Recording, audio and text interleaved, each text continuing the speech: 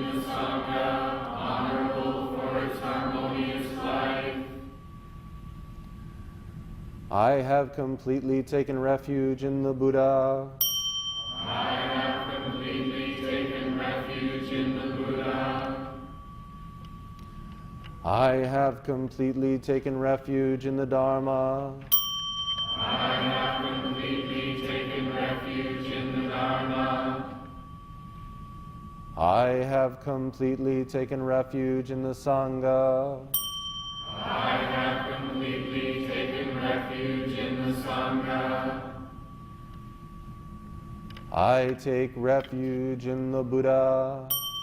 I take refuge in the Buddha. The sila are difficult to fathom.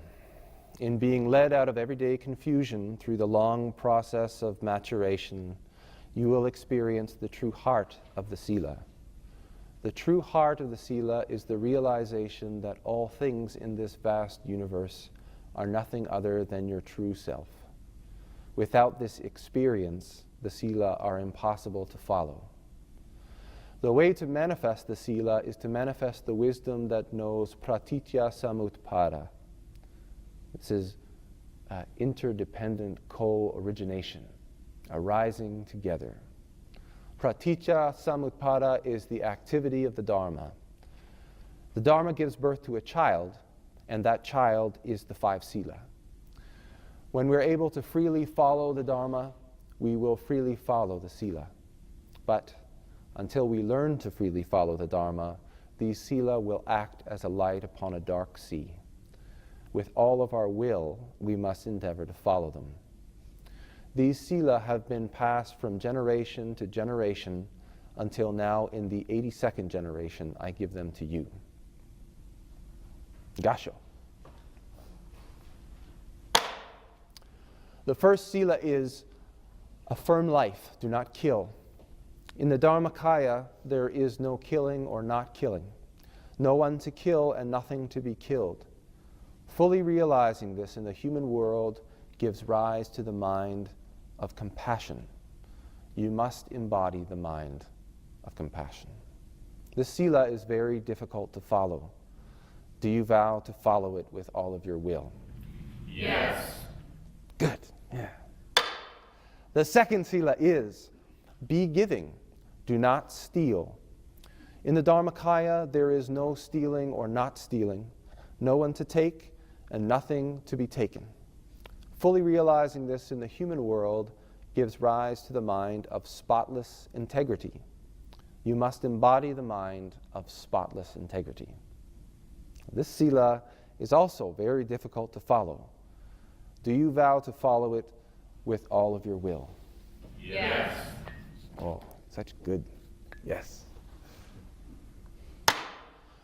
The third sila is honor the body, do not misuse sexuality. In the Dharmakaya, there is no keeping faithful or not keeping faithful. There is no one to crave, there is nothing to be desired. Fully realizing this in the human world gives rise to the mind of virtue.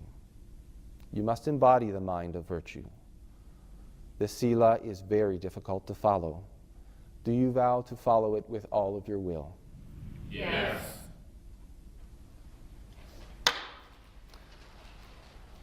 The fourth sila is manifest truth.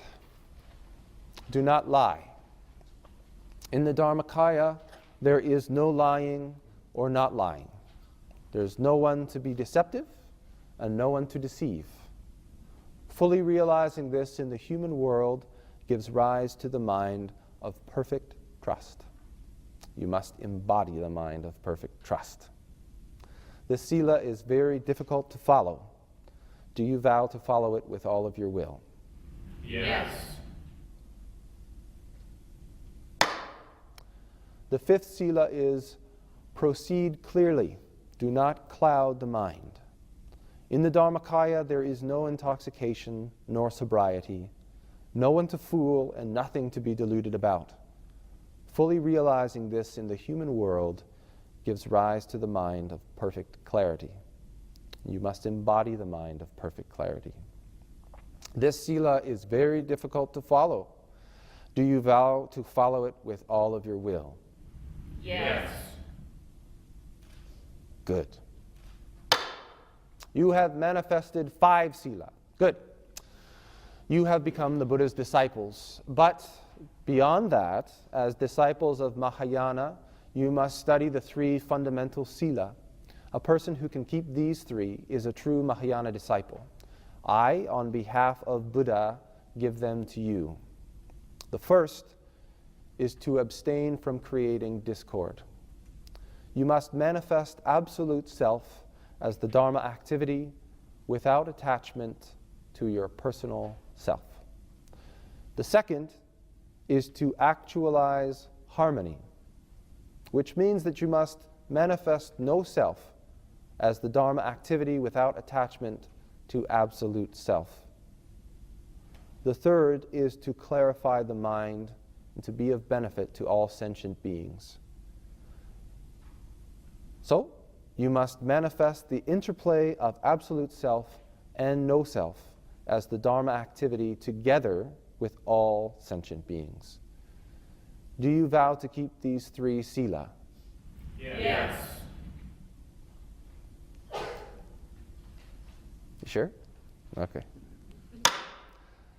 All right. Now I will give each of you a Buddhist name, which is a symbol that you have been born into the realm of the bodhisattvas. Bodhisattvas, baby bodhisattvas. You must each accept responsibility for your name and your new identity, which is in fact your true identity. Your true identity as bodhisattvas. Ruth, the name I've given you is Soshin. So means natural, elemental. Shin is mind, but more importantly, it's heart. So natural heart.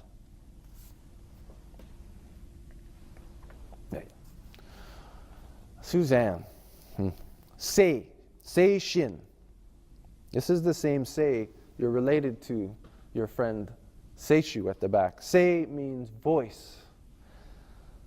Voice. And Shin is heart. So the heart's voice. That's your name.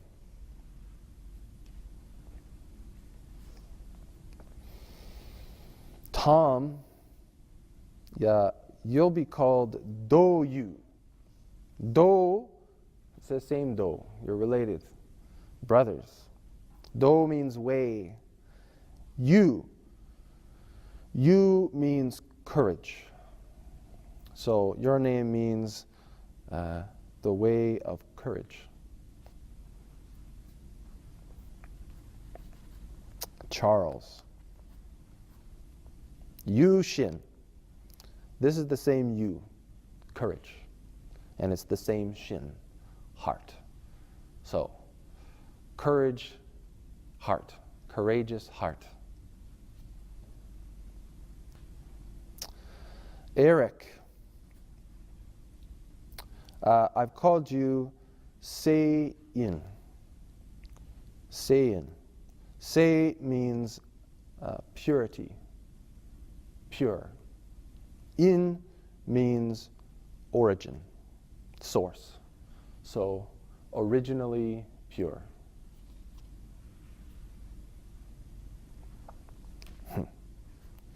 Tommi, Ho-you. Ho means walking. And you, as you've heard, means courage. So walking with courage.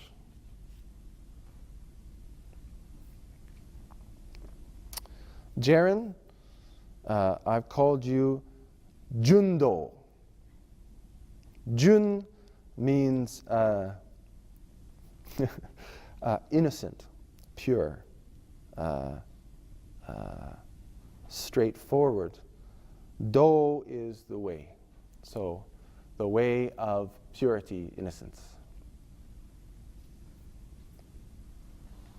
These people who have come here to take these vows, to make these promises, have done a significant amount of practice. But what's most important about this, ceremony, what's most important about taking up Jukai is that they have made the significant transformation from coming to practice solely for themselves. I think many people, when we take up a practice, whether it's going to the gym or eating right, our fundamental perspective is on how that behavior or that activity is going to impact us, how it makes us feel better and makes us have a better experience of our lives. But what happens through practice is that we begin to experience, we begin to realize the depth of this teaching, which tells us that all things in this vast universe are nothing other than ourselves. We're connected. Pratitya samutpada, we arise together, we exist together, we dissolve, disappear, and die together. Knowing this is okay, but when push comes to shove, if it's just in our head, we still act from the self. We still act with the perspective of me first. As we practice and as this experience, as this realization comes more and more into our hearts, our behavior begins to change. The way that we make relationship begins to change. The way that we begin to walk in this world begins to change. And so, more than all of the sitting that these people have done is the practice of being bodhisattvas, of manifesting and supporting one another in practice, of making a place of awakening available to everybody, all sentient beings. This act of taking on new names is an opportunity to let go of the habits of the fixated self, to let go of our me-first way of being, and to give rise to a new self, a self which knows through experience its relationship with all things. And so, in using these names for friends and family, for people who are practicing with them, it's a reminder. So when we're involved in this and that and coming from our little personal selves and someone says, "Hey, Yushin," we say, oh, let go of the personal self and realize my true nature. And this is a difficult practice. Difficult because we're all so filled with habits, so filled with ways of doing things in which we hold up and reinforce and try to press the me, my, I on the people around us, the situations that we're in, and on our environment. It's a tough habit to break. So, this is why we call together all of our friends and our families and all the people that we practice with for this kind of ceremony, because we recognize that we are connected. We can't do that practice by ourselves. We need the support of everybody around us to help us when it's tough. So, thank you all for coming to offer your support to the people that you care about, to the people that you want to support, because when you do that, you are also giving to yourselves as well. We're all together. Yeah, thank you. From now on, you should appear in society with your mind radiantly clear and with your body utterly pure like a lotus flower. In so doing, you will serve as examples for all Dharma disciples to follow. It's a big job. Everyone, please make a great reverential bow to Shakyamuni Buddha, the world-honored one.